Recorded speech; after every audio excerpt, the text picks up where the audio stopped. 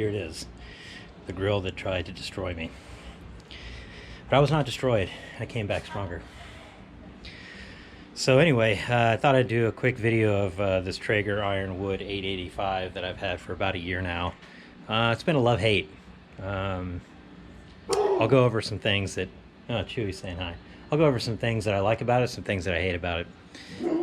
So this is an honest review. Just got done cleaning the pool with my Dolphin. Did a great job as usual. Product from Israel. Rocket boys, girls. Anyway, so you saw that I had a major flame out, flame up, whatever you want to call it, in my grill that tried to kill me. No, I'm just kidding. Tried to burn me. Yeah, so it was a grease fire. And so what I thought I might do is do some, like, a little autopsy action, see if I can figure out what caused this. So all I've done at this point is I've removed the grill grate up there, and essentially I was cooking two steaks. They were a little fatty. They were directly from the cow I bought. They were cut a little fatty. So anyway, just thought I might do a little experiment here. And there's my kid. He's terrified of yellow jacket attacks.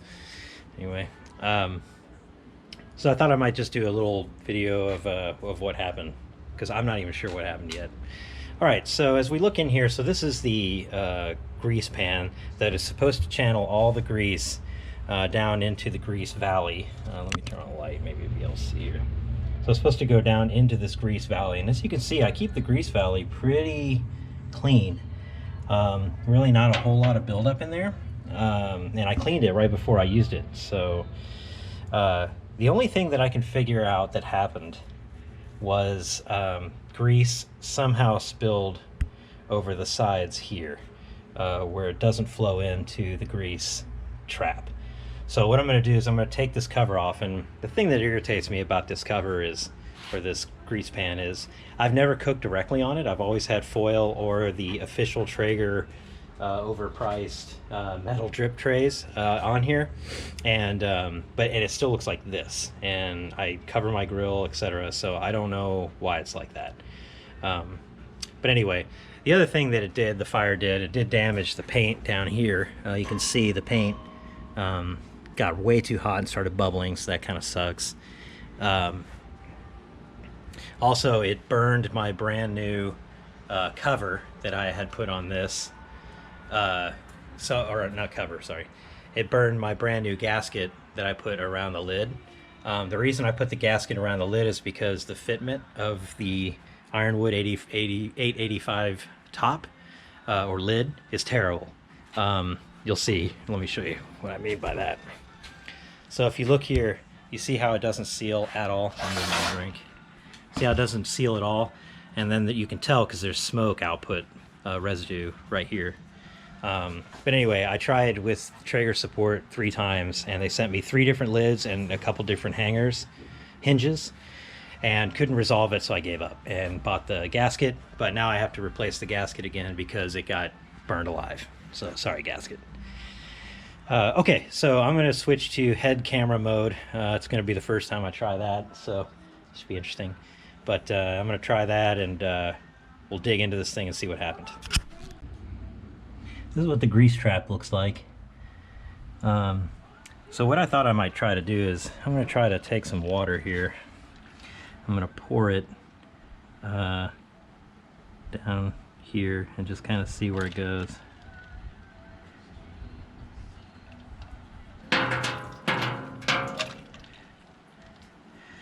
So yeah, that's what I kind of thought. So I bet you when I pull this off, let's go ahead and pull this off real quick.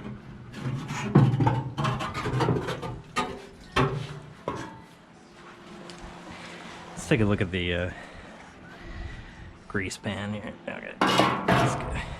Okay. So what I think happened is, see how there's grease here, right there? I think what happened was it splashed out or something, and I had the grill turned up to 500 degrees. And so as you can see, I mean, my grill is really not that dirty. I just vacuumed it out a couple, cooks before I started cooking. I think what happened is, yeah, the grease spilled out of the side, dripped down the side here, because you can see this is definitely grease residue here. I think it dripped down the side and caught fire right there. So what I'm going to do is I'm going to clean out the grease valley a little bit better, maybe, so it flows a little better. Maybe it just got stopped up and pooled and didn't flow right, because there is some, as Fletch would say, filthy muck in here, some grease in here. But although this side looks pretty clean, man, like I don't really understand why that would have happened. I mean, it's pretty clean. This side is the one that's not clean. So I'll just scrape this out. Now what I am wondering here is, it looks a little weird right here. I wonder if I shine a light through here, if I have a leak down here somewhere, if it corroded, and the corrosion. Alright, so Ironwood 885 Traeger. Kind of went over some things that I didn't care for about the grill, but I do like it. I mean, it does cook things really well. The smoke flavors really, haven't really got that a whole bunch, even though it has this super smoke mode and things. But anyway, this video is more about the investigation of the fire-breathing grill. So anyway, I scraped away the grease out of the channel. And then I also poured some water in there to see if the water would drip down, because it looks like some grease did drip down there. And none did, so the good news is the grease tray is not rusted through or anything like that, which is good. But yeah, I was cooking at 500 degrees, which is the top grill temperature for this grill when it happened. I had been grilling for about 2 hours those steaks at like 210 super smoke mode, and I didn't have a problem until I turned it into turbo mode. Anyway, turbo 500 mode. Anyway, so it's good to see that the grill is still, I mean, okay. I have some paint damage down there from where it got too hot, so that kind of sucks. Got some paint damage on the outside, and it burned my gasket. But anyway, I think I'm ready to make up with the grill. I'll start cooking, you know, some more stuff on it. But you know, otherwise, it is a good grill. Like I was kind of hard on it at the beginning of the video, but it does cook very well. Their support has been good. They have been responsive, even though they couldn't fix my lid issue. And I found at least 2 other people with that lid issue, so they probably have a manufacturing problem in China or something. But all in all, I mean, being able to cook, you know, with your phone, being able to warm the grill up with your phone, and, you know, get push notifications when it's done and stuff, it's a good grill. But, you know, if I had to do it again, if I was going to go hardcore barbecue, I'd probably do an egg or a real smoker, like side chamber pot smoker.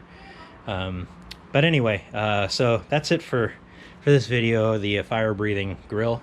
Hopefully my next cook, I will have a bonfire with my steaks, because it did ruin the steaks, so that kind of sucked. But anyway, thanks for watching. Talk to you later. So I thought I'd just do a quick recap video. After I shot this, I did a bunch of research in terms of like what happened with my flame up here.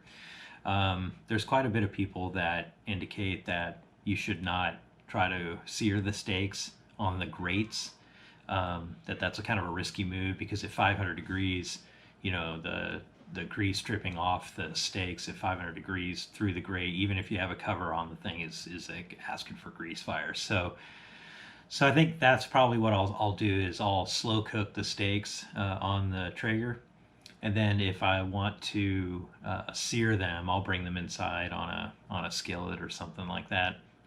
Just kind of unfortunate, because they do talk about, hey, you know, you can sear on this grill and things like that. But if you go out to Reddit on the Traeger forum, there's tons of people that'll tell you not to sear on them. But that's exactly what I was doing. I slow cooked them at 210 for a couple hours, and then I was searing them at 500 degrees, and that's when the flame up happened. So anyway, I'm going to use it today to cook some hamburgers, so wish me luck. Don't have a fireproof suit or anything like that, so I won't be doing that, but I think it'll be all right. I think that I did learn a couple things.